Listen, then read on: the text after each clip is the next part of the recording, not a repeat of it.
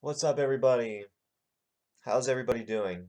It is the J-Rex here, in the house, ready to get it in and turn it up. So, I'm kind of frustrated right now because I'm sure some of you know that I uploaded a video today and the shit had no goddamn sound on it. So now I gotta do this motherfucker all over again because the goddamn sound don't want to work. So I gotta do this all over again. So I must have had the settings changed around as to where the webcam was not the default sound device. So I tested it. I'm pretty sure it works now. So let's do this. So but yeah, how's everybody doing, man? Want to make sure, just you know, hoping everybody's doing well. Hoping everybody's doing good. Hoping life is as best as possible as it can be, because times are tough and the economy is kind of rough, and things are not as good as they used to be. So I hope things are going well for everybody, and if not, stay hopeful, make the right choices, and hopefully a better future will come around. Okay, so I want to do this again. How low can gold and silver prices be? Which basically means, when I say that, what is the lowest possible high for gold and silver? What's the lowest high gold and silver will be when they reach their peak? And I will explain that here. In my last video, I covered what's the highest prices they could go. Now, I want to do a low one because, when you say highest, it's kind of setting people up for failure, because if I'm telling you how high things are going to go, people might make a plan for that. Like, they might make a plan thinking, that's what's the prices are going to be. But how high the gold and silver prices go, that video, it's more about like the best case scenario. Like, if things got really good, just what would it look like, And that might not be the case. We might not have the best case scenario, the better case scenario. So I don't want to set people up for failure. So I want to do this one to set people up with a realistic goal. So if people are like, okay, silver and gold are going to reach this price, and that's like a realistic price, that's like the worst case scenario. If they make a plan towards that, there's no setup for failure, because that's their goal. So there's no way they can underachieve that, because that's the worst they could possibly be. So their goals and their success can only go up from there. There's no going down from there. So let's do this. I'm going to keep it clean, simple, concise. In case you have not seen my previous videos, Dow Jones to gold ratio. That is going to be what will make people rich. They need to keep their eye on the gold, or the Dow Jones to gold ratio, or the gold to Dow Jones ratio, which basically means 1 ounce of gold is equal to all of the points on the Dow Jones, which means if the Dow Jones is 20,000 points and Dow Jones are a 1-to-1 ratio, that means gold will be $20,000. Bottom line. So let's nail this down. So the key to making the most bang for buck out of your gold is to keep an eye on the Dow Jones to gold ratio. Keep an eye for the 1-to-1 ratio. That will be your time to sell. That will be the safe spot to sell. We're going to stay here. Okay. In 1933, when the stock market crashed and gold caught up to the Dow Jones, gold was about pretty much a 2-to-1 ratio, 1.94. In 1980, when gold caught up to the Dow Jones, it was about a 1.29 to 1 ratio. So 1.29 ounces of gold was equal to all of the points of the Dow. So as you can see here, the ratio gets closer and closer to 1-to-1. And it seems like it gets closer to a 1-to-1 ratio when we have more inflation. The 1930s was more of a deflationary crash. 1980s was more of an inflationary crash. So as you can see, it seems like the more inflation there is, the closer we get to a 1-to-1 Dow Jones to gold ratio, you know. So, the more inflation there is, the better gold does. The more inflation there is, the more gold catches up to the Dow Jones based on these patterns. I mean, as like once the Federal Reserve got enacted, and was it 1912, 1913 or something? That's when they started printing, so this was the beginning of an inflationary era, as you can see here, as due to inflation, the Dow Jones goes up more and more.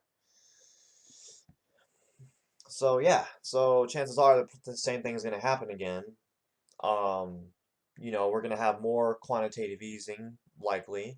We're going to have more quantitative easing, and you know, instead of of the government letting everything crash, they're just going to keep pumping up the stock market to get it up higher and higher. You know, hmm instead of letting this whole system fall apart in the 1980s, our government decided to just keep printing more money, and hence shooting the stock market up even higher and higher. So chances are it's probably going to happen again. Stock market is going to crash again, and the government is going to try to save the stock market by pumping it back up with inflationary dollars. They did it before. They'll do it again. They did it back in the 2008 crisis too.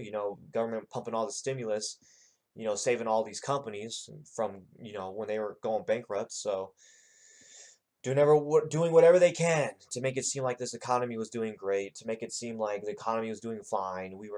The economy was not, in a crisis. Everything was okay. They did everything they could to keep this illusion alive, to make it seem like the economy was doing great.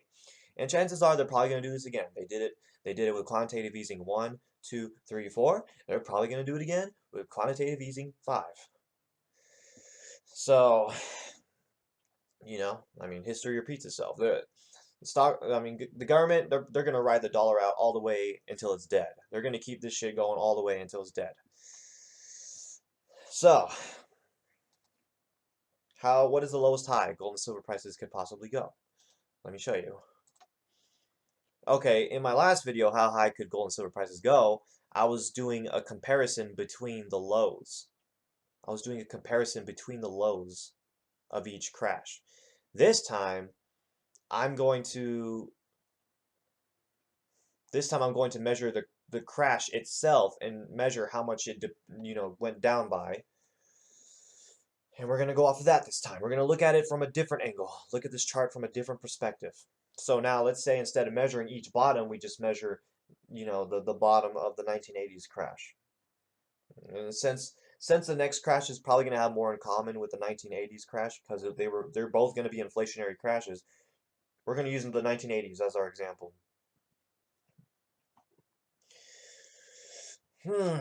Okay, so like I said here, man, I gotta do this all over again. Okay, here we go. Please sound work for me this time. Dear to God, if I gotta do this 500 more times, Lord Jesus help me. All right. 7,360 was the high. It reached its high in was it 1966? And then it crashed. fully crashed by 1982. We're gonna use 1980. We're gonna use 1980 as the measuring point because that was around the time when gold reached its peak. So 2,730 divided by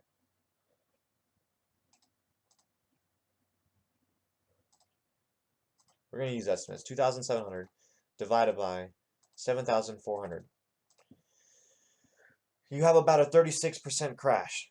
So the stock market crashed about 36%. 36% from its top by 1980.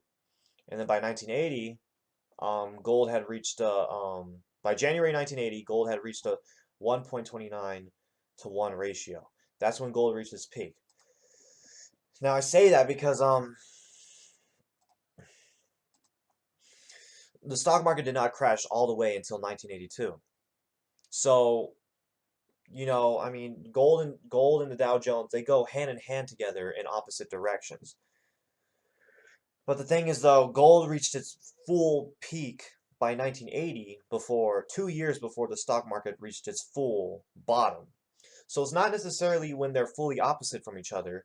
You want to look for the 1-to-1 ratio. That is what you want to look for, not the polar opposites, not the time itself, but the ratio itself.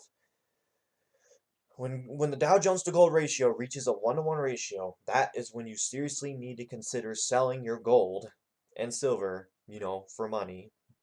Yeah. Um, or currency.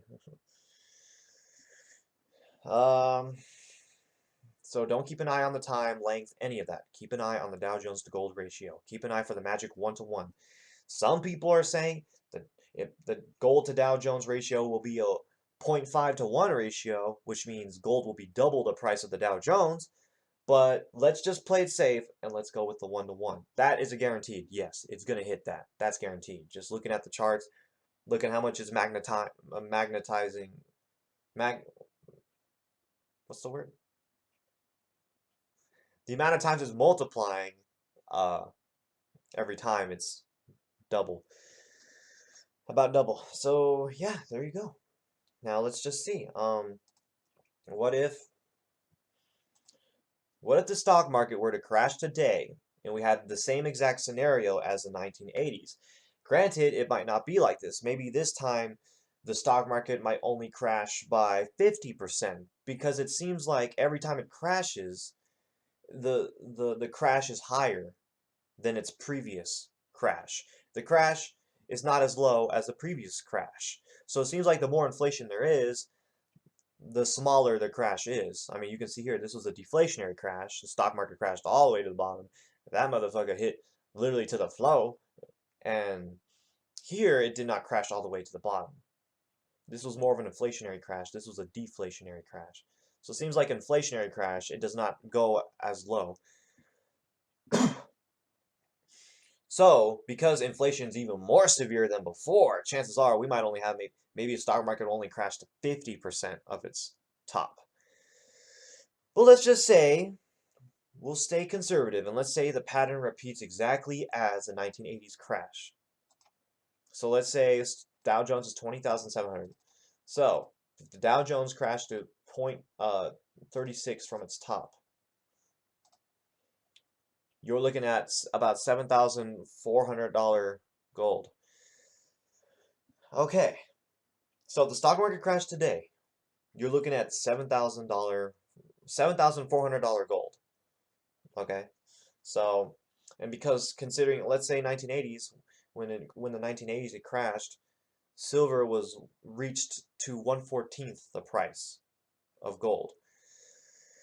So let's say we have that again. Let's say silver catches up to Dow Jones and gold, and silver goes to a 14-to-1 ratio with gold. Lord have mercy, you're looking at about $500 silver. So if the stock market were to crash today, you would be looking at $7,400 gold and $500 silver, an ounce, one coin. Praise the Lord, hallelujah, hallelujah, Lord have mercy. You gonna be richer than a motherfucker. Like, goddamn. So, I mean, there you have it, guys. So, that's the lowest possible high you can expect from gold and silver. So, like, if it were to crash right now, that's what you're looking at. And, like, that right there is amazing. I want people to realize this. People are going to be so rich off of gold and silver. It's just unbelievable. The amount of money people are going to make from gold and silver is just amazing. Now, I don't really want people to look at it in dollar terms. I want people to look at it in purchasing power terms. So if it were to crash right now, $500 silver, what could $500 an ounce silver buy you? There's so much stuff you could buy. Say say you had 1,000 ounces of silver times 500. That's $500,000, in today's purchasing power. It's not necessarily the dollars. Like, it's not necessarily the dollars that are going to make people rich. It's going to be the purchasing power. In the 1980s, when silver caught up to the Dow Jones, about 100 ounces of silver would buy you a brand new car. 100 ounces, that's unbelievable. It wasn't necessarily the price itself of of silver that was making people rich. It was what people could buy that was making them rich. So what? How many ounces of silver does it take to buy a car right now? A brand new car is $30,000, and silver's what, 18 bucks? Yeah. Good God have mercy. You would need about 1,600 ounces of silver to buy a brand new car today. So what I'm saying is, $500 purchasing power. You know, that's today. So that could buy you a lot of stuff. $500,000. You know, like it's not like what can I say? Like silver could reach like let's say the Dow Jones keeps going up and the government keeps pumping up the stock market. We could be looking at you know we could be looking at $40,000 points of the Dow Jones. I mean that could make silver 1,000, $2,000. But like $2,000 in the future could be the equivalent of $500 today. So if the government keeps propping up the stock market, silver goes up to $2,000. That still might be just the equivalent of $500 today. So I mean, look at it in purchasing power. So imagine you had 1,000 ounces times 500. Imagine what you could buy today with $500,000. My good God. So there was a time before where you could buy a brand new car with 100 ounces of silver. It's gonna happen again. It's gonna happen again. And because the market is a lot more manipulated, and because the rubber band has been pulled back for so long, and because silver is even more rare now than ever before, we could be looking at 70, 60 ounces of silver could buy you a brand new car. Okay? You know, so $2,000, if it does go up to $2,000 in the future, silver, maybe $2,000 will be worth, I don't know, $700 in today's value, or $800, $1,000. Bottom line is, silver is a lot more rare today than it was in 1980. There's a lot less of it going around. This manipulation has been going so long. The rubber band has been pulled back for so long. Demand for silver is surging. Demand for gold and silver is surging. When this thing gets released, oh yeah, it's gonna be a big one. I want people to realize there is amazing amounts of money to be made in this. So, I can't imagine silver going any lower than this. I can't I can't imagine silver's purchasing power to be any less than $500 in today's value.